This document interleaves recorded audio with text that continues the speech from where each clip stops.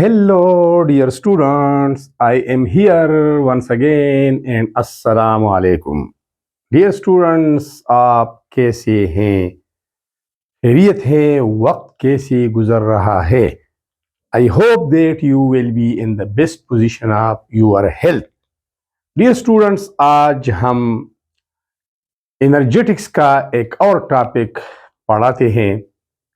वो भी इंतहाई बेसिक इम्पॉर्टेंट टॉपिक है, लेकिन टॉपिक को पूरी का पूरा व्यू करना, उसको पूरी का पूरा देखना, क्योंकि आप दरमियान में स्किप कर जाते हैं, फिर कुछ एक चीज़ होती है जिसको आप समझ नहीं आती है, फिर अपने कमेंट बॉक्स में कमेंट करना है। तो इस टेंशन से अपने आप को दूर रखो और पूरा वीडियो देखो।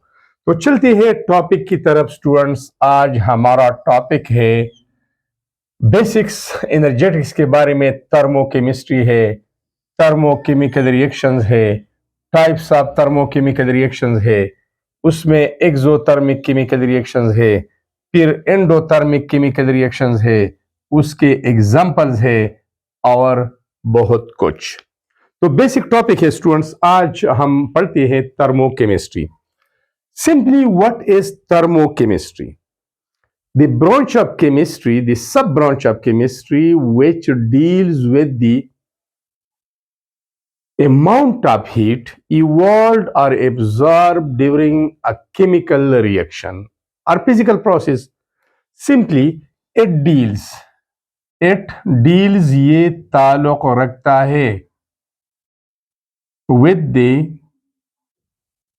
amount मकदार of हीट इवॉल्व खारिज होना और एब्जॉर्ब्ड जज़ब होना। ड्यूरिंग अ प्रोसेस भी लिख सकते हैं, ड्यूरिंग अ केमिकल रिएक्शन भी लिख सकते हैं, during a chemical reaction. Simply thermochemistry ताल्लुक रखता है with the heat change, energy change during a process. एक प्रोसेस होता है, केमिकल रिएक्शन होता है या फिजिकल प्रोसेस है, इसके दौरान एनर्जी चेंज होती है, मतलब आइदर इंक्रीजेस और डिक्रीजेस, आइदर इवॉल्व और एब्जॉर्ब। उसको मेजर करते हैं, उसको हम मेजर करते हैं थर्मोकेमिस्ट्री में, उसको हम डील करते हैं थर्मोकेमिस्ट्री में। Basically the word terms mean heat and chemistry means it's study या नेचर ऑफ हीट स्टडी, इसको कहते हैं थर्मोकेमिस्ट्री। अब हम आते हैं थर्मोकेमिकल रिएक्शंस की तरफ। On the basis of therm, on the basis of heat, on the basis of energy, there are two types of chemical reactions.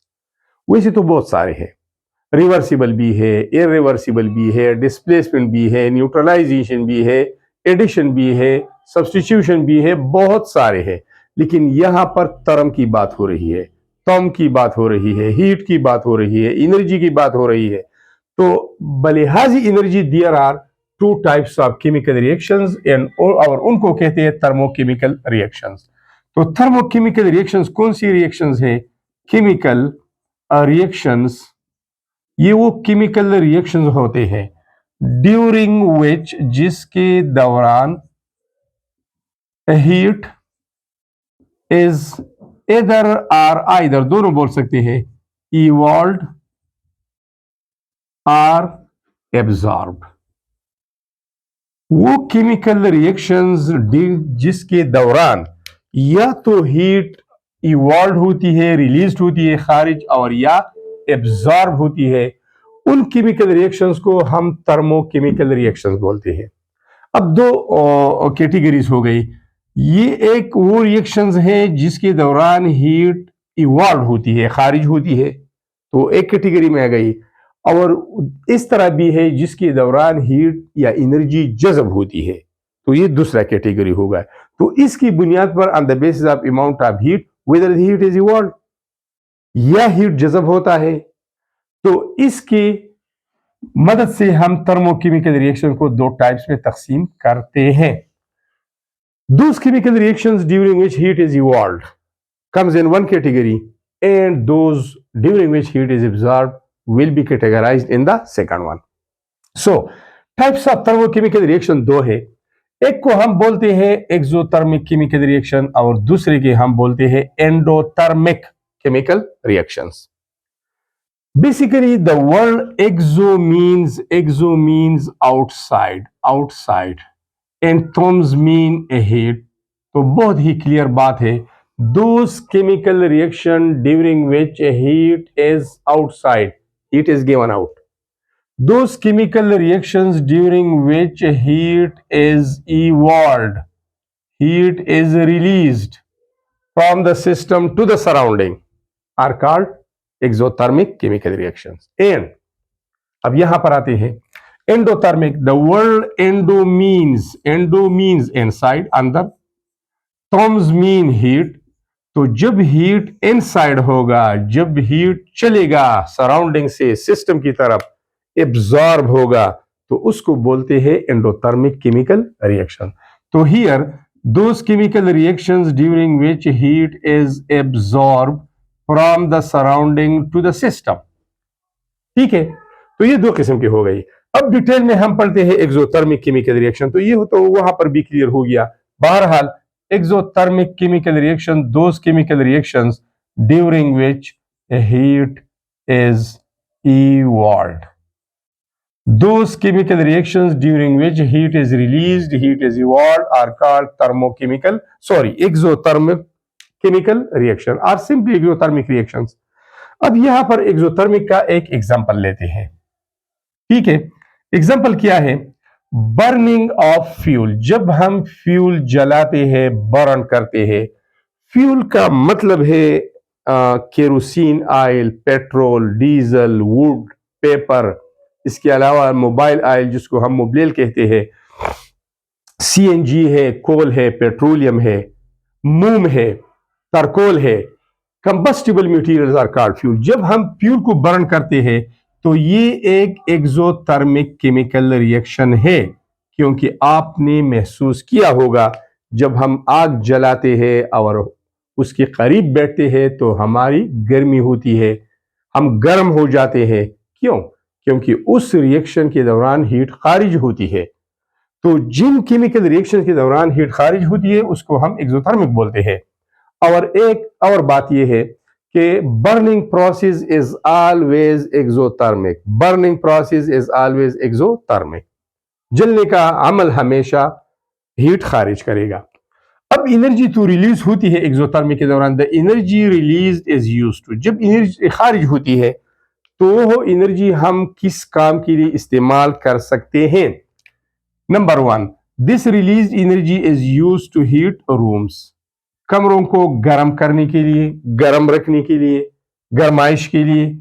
Cooking of food, इस रिलीज्ड हीट की मदद से हम खुराक बनाते हैं, पकाते हैं, क्योंकि इस नेचुरल गैस जो होता है वो स्टोव में या चूल्हे में आता है, वॉल ऑन करके वो जलता है और हम चाय बनाते हैं, रोटी बनाते हैं, सालन बनाते हैं, हीटिंग के लिए, फूड कुकिंग के लिए।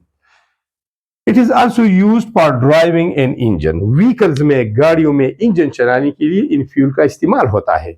सीएनजी वाला इंजन होता है जो सीएनजी की बर्निंग से उसी एनर्जी मिलती है, वो चलता है, गाड़ी आगे बढ़ती है। इसके अलावा पेट्रोल इंजन अलहदा होता है, डीजल इंजन भी होता है। ये सारी चीजें अगर सीएनजी है, कंप्रेस्ड नेचुरल गैस है, या डीजल है, या पेट्रोल है, ये जलते हैं। ये हाइड्रोकार्बन है, इसमें कार्बन है, इसमें हाइड्रोजन है, वो जलते हैं, एनर्जी प्रोड्यूस करते हैं और गाड़ी को आगे ले जाते हैं। इसके अलावा एक बात और याद रखिए कि neutralization is always an exothermic process. Neutralization, जब एसिड और बेस मिलते हैं, साल्ट और पानी बनाते हैं, ये भी एक एक्सोथर्मिक रिएक्शन है, हमेशा इसमें हीट खारिज होगी। अब आते हैं सिंबॉलिक रिप्रेजेंटेशन की तरफ। जब एक रिएक्शन हो रहा है उसके दौरान हीट खारिज हो रही है या हीट एब्जॉर्ब हो रही है, तो हम उसको किस साइन से रिप्रेजेंट करते हैं? हीट चेंज, जब हीट चेंज होता है आइदर इवॉल्व और एब्जॉर्ब, कम होता है या ज्यादा, it is represented by delta H. Delta H, इसको हम बोलते हैं डेल्टा। डेल्टा और डेल्टा का माना है चेंज, और यहां है H, H is taken from heat, तो चेंज इन हीट बन गया। इस एच को हम इंथैल्पी भी बोलते हैं, आगे वीडियोस में आप पढ़ेंगे, ठीक है, आप पढ़ेंगे समझेंगे। हीट से एच लिया गया है, इसको इंथैल्पी भी बोलते हैं। What is enthalpy? The internal heat in a system. The heat content in a system is called enthalpy. बहरहाल हीट जो खारिज होता है या इब्जार होता है, हम उसको डेल्टा एच से जाहिर करते हैं। पर एक्सोथर्मिक रिएक्शन, जो रिएक्शन एक्सोथर्मिक है और हीट खारिज होता है, तो डेल्टा एच की वैल्यू वहां पर नेगेटिव होगी, क्योंकि जो चीज खारिज होती है वो कम होती है, और जो चीज कम होती है हम उसको माइनस से जाहिर करते हैं। क्या मतलब है? आपके पास 100 रुपीज है, आपने 50 रुपीज का कुछ लिया, तो कितने रह गए? ये 50 रुपीज आपकी जेब से खारिज हो गई। जब खारिज हो गई तो लाजिमन आपने इसको माइनस से रिप्रेजेंट करना है, और बाकी 50 बच गई। तो जब भी हीट खारिज होती है, डेल्टा एच की वैल्यू नेगेटिव होगी। अब अगर एक प्रोसेस हो रहा है, एक केमिकल रिएक्शन हो रहा है, और कंडीशन स्टैंडर्ड है। What are standard conditions? जब टेम्परेचर 25 डिग्री सी हो और जब बैरूनी दबाव 1 atm हो, इसको स्टैंडर्ड कंडीशन कहते हैं। ये टेम्परेचर आप अगर केल्विन पर लेते हैं तो 273 सी, इसको प्लस करें 298 बनेगा। तो जब टेम्परेचर 298 केल्विन या 25 डिग्री सी होता है और प्रेशर बैरूनी दबाव 1 atm होता है, इसको हम बोलते हैं स्टैंडर्ड कंडीशन। तो अगर एक प्रोसेस हो रहा है, एक रिएक्शन हो रहा है 25 डिग्री सी पर और 1 एटमॉस्फेरिक प्रेशर पर, देन जो अमाउंट ऑफ हीट खारिज होगी उसके लिए इंथैल्पी चेंज के ऊपर हम डिग्री साइन लिखेंगे। ये डिग्री साइन हमको स्टैंडर्ड कंडीशंस बताते हैं। तो ये एक सिंपल डेटा है, इन कंडीशंस पर जो अमाउंट ऑफ हीट खारिज या जज़ब होती है, और ये अंडर स्टैंडर्ड कंडीशन जो अमाउंट ऑफ हीट खारिज होगी या जज़ब होगी उसको जाहिर करेगा। अब आते हैं एक्सोथर्मिक रिएक्शन की एग्जांपल की तरफ। एग्जांपल में सबसे पहले कार्बन है जो कि सॉलिड स्टेट में होता है, ऑक्सीजन है जो कि गैसियस स्टेट में होता है। जब कार्बन को बर्न किया जाता है, आग लगाया जाता है in the presence of oxygen, in the presence of air, air में ऑक्सीजन 21% है, तो ये बर्न हो जाता है, कार्बन डाइऑक्साइड बनाता है और हीट खारिज करता है, तो हीट -393.5 किलो जूल हीट खारिज होता है। अब चूंकि ये एक्सोथर्मिक रिएक्शन है, हीट खारिज होता है, इसको नेगेटिव साइन से रिप्रेजेंट करते हैं, और ये आपको बताता है standard condition, delta H, change in heat, change in enthalpy. अब अगर हम हाइड्रोजन गैस और ऑक्सीजन गैस को मिक्स करते हैं, इसको इग्नाइट करते हैं, इससे करंट गुजारते हैं या आग लगाई जाती है, तो इससे पानी बनता है, वो भी वेपर स्टेट में, और डेल्टा एच नॉट। अगर ये प्रोसेस स्टैंडर्ड कंडीशंस पर हो रहा है तो यहां पर डिग्री साइन इस्तेमाल होगी। 571.60 किलो जूल एनर्जी इससे खारिज होगी। जब खारिज होगी तो नेगेटिव साइन यहां लगेगा। अब अगर हमने कार्बन लिया है और कार्बन सॉलिड स्टेट में है, इसके साथ लिमिटेड अमाउंट में ऑक्सीजन को मिक्स करते हैं, in the presence of limited oxygen, half O2 यहां पर हमने लिखा है, ठीक है। इससे बनेगा कार्बन मोनोऑक्साइड, और जो एनर्जी खारिज होगी 110.5 किलो जूल, लेकिन एक्सोथर्मिक के लिए नेगेटिव साइन और स्टैंडर्ड कंडीशन के लिए डिग्री साइन का इस्तेमाल होगा। अब स्टूडेंट्स, 2 और प्रोसेस है, freezing of water and combustion of methane. अगर पानी फ्रीज हो रहा है, आइस में कन्वर्ट हो रहा है, तो ये कौन सा प्रोसेस है? एक्सोथर्मिक और एंडोथर्मिक। जब पानी फ्रीज हो रहा है तो पानी का टेम्परेचर ज्यादा होता है, और फ्रीजिंग टेम्परेचर पानी का है कितना? 0 डिग्री सी। तो ये टेम्परेचर डाउन हो रहा है, मतलब ये सिस्टम हीट खारिज करेगा और 0 पे आ जाएगा, 0 डिग्री सी पे आ जाएगा, फिर वाटर फ्रीज होगी आइस में। तो जब हीट खारिज हो रहा है तो ये एक एक्सोथर्मिक प्रोसेस होगा, एक्सोथर्मिक। अब कंबस्शन ऑफ मीथेन, जो गैस है सिलेंडर में इस्तेमाल होता है, मीथेन है, ईथेन है, प्रोपेन है, ब्यूटेन है, इसको हम CNG कहते हैं। इसको हम सबसे पहले नेचुरल गैस बोलते हैं, अगर इसको कंप्रेस किया जाता है फिर हम इसको सीएनजी बोलते हैं। अगर वो बर्न होता है तो जाहिर बात है जब गैस जलता है तो हीट तो खारिज होती है, और जब हीट खारिज होती है तो उन केमिकल रिएक्शंस को हम एक्सोथर्मिक रिएक्शन बोलते हैं, और ये प्रोसेस भी एक्सोथर्मिक होगी। लास्ट पे आते हैं endothermic chemical reactions. The word endo means inside, यहां पर बिल्कुल क्लियर ये लिखा गया है, एंडो मीन्स इनसाइड ये वाला, एंड टर्म्स मीन हीट। तो जब हीट इनसाइड एब्जॉर्ब होगा, जज़ब होगा, सराउंडिंग से सिस्टम की तरफ चलेगा, those chemical reactions during which heat is absorbed are called endothermic chemical reaction. Here heat energy is absorbed from the surrounding. Surrounding से heat system की तरफ जाएगा तो सिस्टम का हीट बढ़ेगा, ज्यादा होगा, ठीक है, और सराउंडिंग का कम होगा। अब यहां पर इसके लिए डेल्टा एच की वैल्यू पॉजिटिव होगी, क्योंकि यहां पर हम हीट ऐड कर रहे हैं, हीट एब्जॉर्ब हो रहा है, जज़ब हो रहा है, ऐड हो रहा है। ऑलरेडी हीट है 10 और हमने 10 और ऐड किया, तो एडिशन के लिए क्या सिंबल इस्तेमाल करेगी? पॉजिटिव। तो यहां पर हीट चूंकि एब्जॉर्ब हो रहा है, ऐड हो रहा है, हम दे रहे हैं या सराउंडिंग से ले रहे हैं, तो इस तरह इसका डेल्टा एच नॉट वैल्यू या standard heat change, standard enthalpy change, ये होगा पॉजिटिव। एग्जांपल की तरफ जाते हैं। नाइट्रोजन एक गैस है, एयर में मौजूद है, और ऑक्सीजन भी गैस है, ये भी एयर में मौजूद है, हवा में मौजूद है 78%, 21%।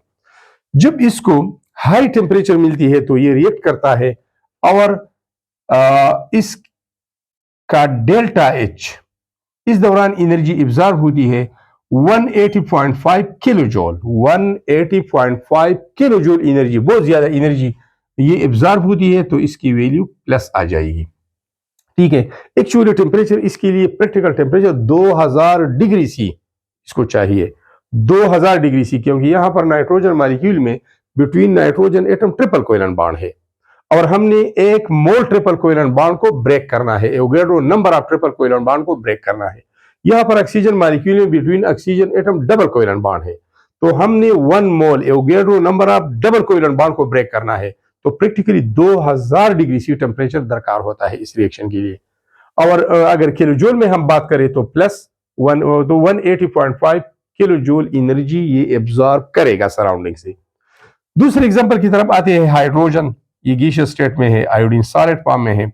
जब ये रिएक्ट होते हैं तो ये हाइड्रोजन आयोडाइड बनाते हैं, लेकिन यहां पर इस रिएक्शन के दौरान 53.8 किलो जूल एनर्जी एब्जॉर्ब होगी फ्रॉम द सराउंडिंग, या हम देंगे, तो ये पॉजिटिव साइन आएगी।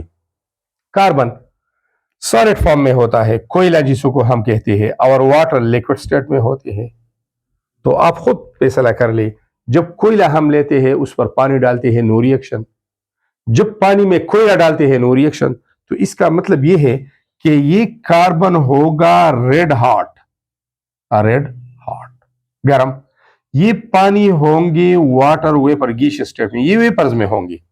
When steam water vapors को steam भी कहा जाता है, when steam is passed over red hot coke, red hot carbon, it reacts, carbon takes oxygen from the water vapors, it becomes carbon monoxide gas and H2 gas is also produced. अब यहां पर energy absorb होगी 131.44 kilo energy इस reaction को carried out करने के लिए दरकार होगी, तो यहां पर पॉजिटिव साइन लगेगा। और अगर ये प्रोसेस अंडर स्टैंडर्ड कंडीशन हो रहा है, ये रिएक्शन 25 डिग्री सी पर हो रहा है, अंडर 1 atm प्रेशर हो रहा है, तो यहां पर डिग्री साइन लगेगी। सिंपल स्टूडेंट्स, मतलब ये है, कहने का मतलब ये है कि एक्सोथर्मिक रिएक्शन के दौरान हीट खारिज होगी, उसको नेगेटिव साइन से रिप्रेजेंट करेंगे, और एंडोथर्मिक रिएक्शन के दौरान हीट एब्जॉर्ब होगी, उसको पॉजिटिव साइन से रिप्रेजेंट करेंगे।